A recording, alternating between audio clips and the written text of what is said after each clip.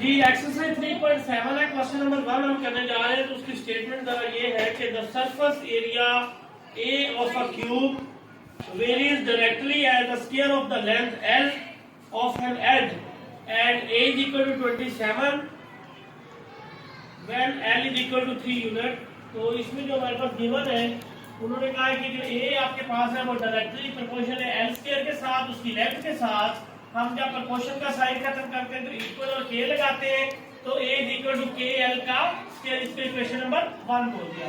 फिर उन्होंने हमें वैल्यू दी गई है कि ए को हमने 27 रखना और एल को हमने 3 रखना है। पुटिंग कर देनी 1 पे, वहां से क्या करेंगे 1 में पुट करने से के की वैल्यू हमारे पास आएगी। तो ए की जगह पर 27 इज इक्वल टू के, एल की जगह पर 3 का स्क्वायर, तो 3 का स्क्वायर 9 हो गया। 9 इधर मल्टीप्लाई और इधर जाकर क्या हो गया, डिवाइड हो गया। तो 9 1 था 9, 9 3 था 27। के की वैल्यू कितनी आ गई 3। इस के की वैल्यू को आप पुट कर देंगे इक्वेशन नंबर 1 में, तो इक्वेशन नंबर 1 कुछ यूं आ जाएगी, a is equal to 3l का स्क्वायर। इसको इक्वेशन नंबर 2 बोल देना है। अब क्वेश्चन के मुताबिक उन्होंने हमें कहा है कि find a when l is equal to 4। हमने a की वैल्यू फाइंड करनी जब l हमारे पास कितना है 4 है। तो पुटिंग वैल्यू कर देंगे 2 में, a की जगह पर a एज इट इज आ जाएगा 3, वैसे k की वैल्यू आ गई l स्क्वायर की जगह पर, तो उसकी वैल्यू पुट की 4 का स्क्वायर। तो ये आ गया 4 का स्क्वायर 16 को 3 से मल्टीप्लाई करेंगे, a इज इक्वल टू 48। ये क्वेश्चन नंबर 1 के पार्ट 1 हमारे पास सॉल्व हो गया। सेकंड पार्ट में वो कह रहे हैं कि फाइंड करें आप l की वैल्यू जब a आपके पास 12 हो, तो इसमें हम वैल्यू पुट करेंगे तो क्या आ जाएगा आपके पास a is equal to equation number 2 को यूज करना है जो हमारे पास बाद में आ जाएगी। तो a की जगह पर 12 is equal to 3l square, 3 इधर मल्टीप्लाई और उधर जाकर डिवाइड हो जाएगा। 3 1 3 3 4 12। तो जब आप इसको पुट करेंगे तो ये आपके पास इक्वेशन नंबर 2 में हम वैल्यू पुट करेंगे। हमें l की वैल्यू फाइंड करनी है। a आपके पास गिवन है 12, तो a की जगह पर a की value 3l square as it is, 3 इधर मल्टीप्लाई उधर 12 के नीचे डिवाइड होकर l square is equal to 4। Taking under root on both side, क्योंकि हमने l की वैल्यू देनी है l स्क्वायर की नहीं देनी। तो जब अंडर रूट लेंगे तो ये आ जाएगा प्लस माइनस 2।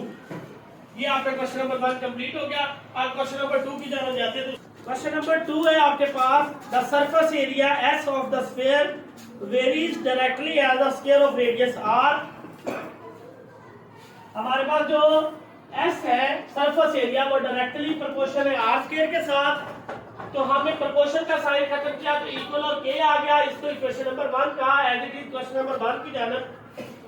अब हमने k की वैल्यू फाइंड करनी है, जबकि s हमारे पास 16 पाया और r की वैल्यू हमारे पास 2 है। ये दोनों वैल्यू हम इक्वेशन नंबर 1 में पुट करेंगे।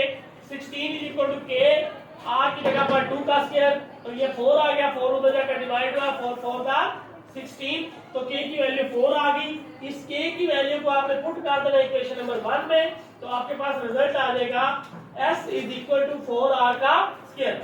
अब हमने वैल्यू फाइंड करनी है r की। जब हमारे पास s हो 36 पाए, तो 36 पाए एज इट इज आ गया, 4 इधर डिवाइड मल्टीप्लाई और r के साथ डिवाइड हो जाएगा, 9 आ गया। तो 9 और ये पाए नहीं आता यहाँ पर। s जो है वो डायरेक्टली प्रोपोर्शनल है r स्क्वायर के साथ।